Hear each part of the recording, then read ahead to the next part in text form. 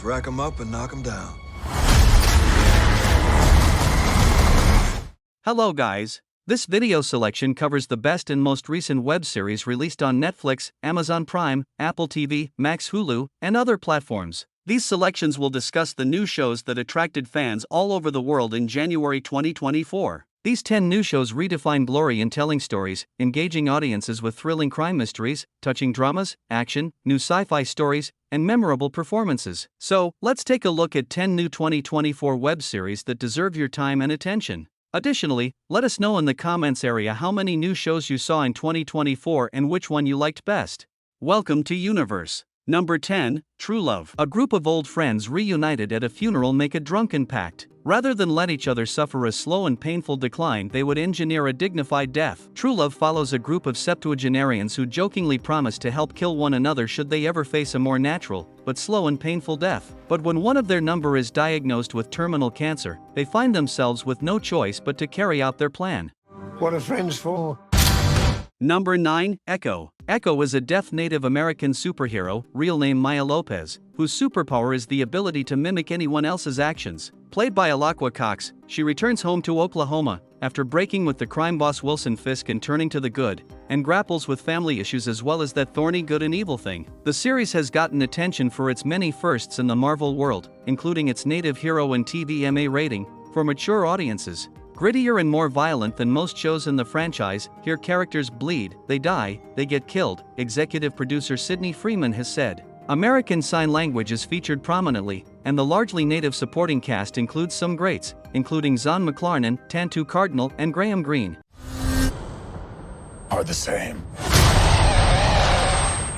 Number 8, Criminal Record. Peter Capaldi is the jaded London detective Chief Inspector Daniel Haggerty, and Cush Jumbo is the idealistic detective Sergeant June Lenker in this engrossing, fast-paced thriller with two intense lead performances. When Lenker gets an anonymous tip that one of Haggerty's old cases resulted in a wrongful conviction and imprisonment, she wants to investigate, and Haggerty's resistance makes it clear that he has a lot to hide. Capaldi is at his most sinister and wily as the condescending Haggerty, and Jumbo's Lenker is just as stubborn and tough. "We got our man," he says of the old case, face to face as he glares at her. She glares back and snarls, "No, you got a confession." As their cat-and-mouse game continues, more murders happen, and the show's old school versus new school dynamic comes to include themes of racism, sexism, and police corruption.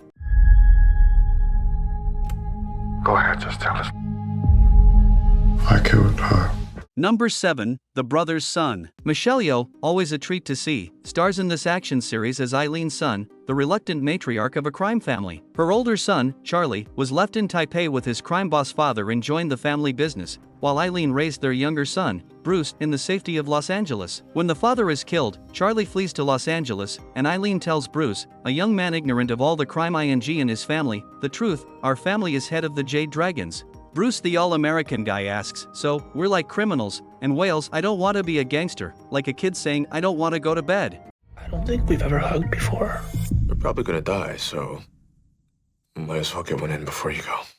Number 6, Expats. Mercy, Ji Young-yu, is a single Korean-American whose life becomes entangled with Margaret's through a tragedy fraught with grief and guilt. Wine's casting creates more diversity than there is in the book, with Japanese-American actor Brian T. as Margaret's husband, and the Indian-American actress Soraya Blue as her friend, Hillary. And she expands the story to include the working-class people in Hong Kong who serve the expatriates. There was some public backlash to the production, which was shot in Hong Kong, after Kidman was given an exemption from COVID quarantine rules. Wang has said shooting in the city was important to her because she wanted to capture Hong Kong as it is changing.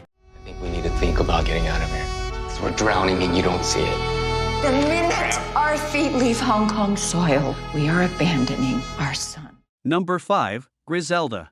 Sofia Vergara is known for comedy, notably the sitcom Modern Family, and for her exuberant appearances as a judge on America's Got Talent. But in a head-swiveling dramatic turn, she plays the real-life, tougher-than-tough Griselda Blanco, known as La Jefa, the boss, the head of a Miami drug cartel in the 1970s and 80s. The show, which Vergara also produced, follows Griselda's rise and fall as the so-called godmother of cocaine, as she leaves Medellin for Miami with her 3 young sons.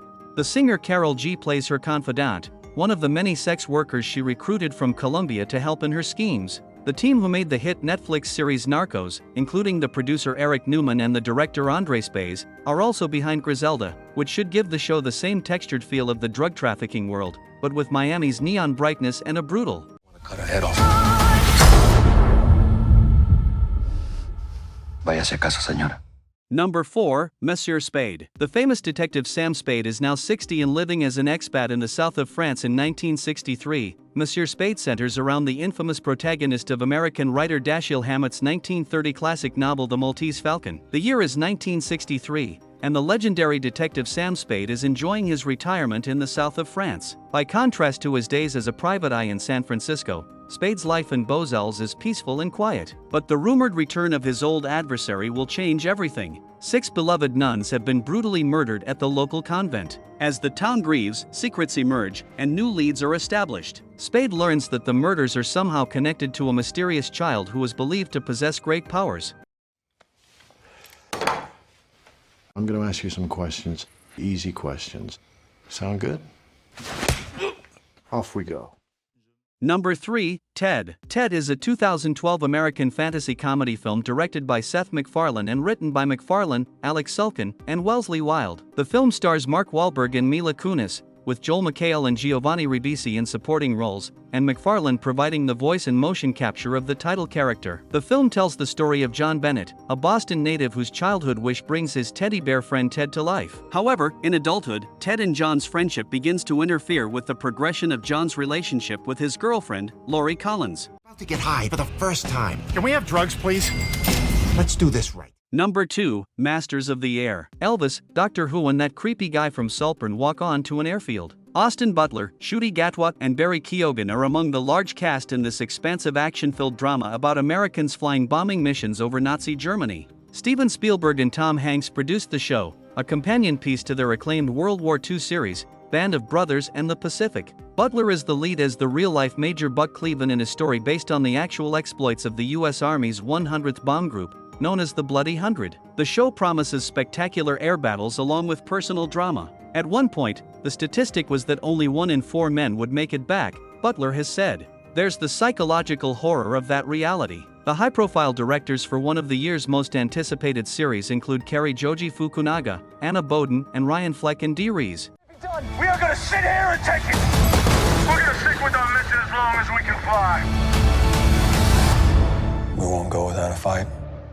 Number 1, True Detective, Night Country. The series that started out on a high note in 2014 with Woody Harrelson and Matthew McConaughey was followed by 2 uninspired seasons, each with a different story and cast. But this 4th installment has a new creator and director, Issa Lopez, who brings the show back to chilling life. Jodie Foster plays Liz Danvers, police chief in a small town in Arctic Alaska, where all 8 scientists living in a research station mysteriously vanish. To investigate, she reluctantly partners with a state trooper, Evangeline Navarro, played by boxer-turned-actor Callie Reese, despite a terrible falling out in their past. Set during the period when the sun never rises, the show is atmospheric and eerie as it teases out the characters' backstories while the mysteries keep piling up. Comparing her show to the original season, Lopez told Vanity Fair, "Where True Detective is male and it's sweaty, Night Country is cold and it's dark and it's female." The Night Country. It takes us one by one.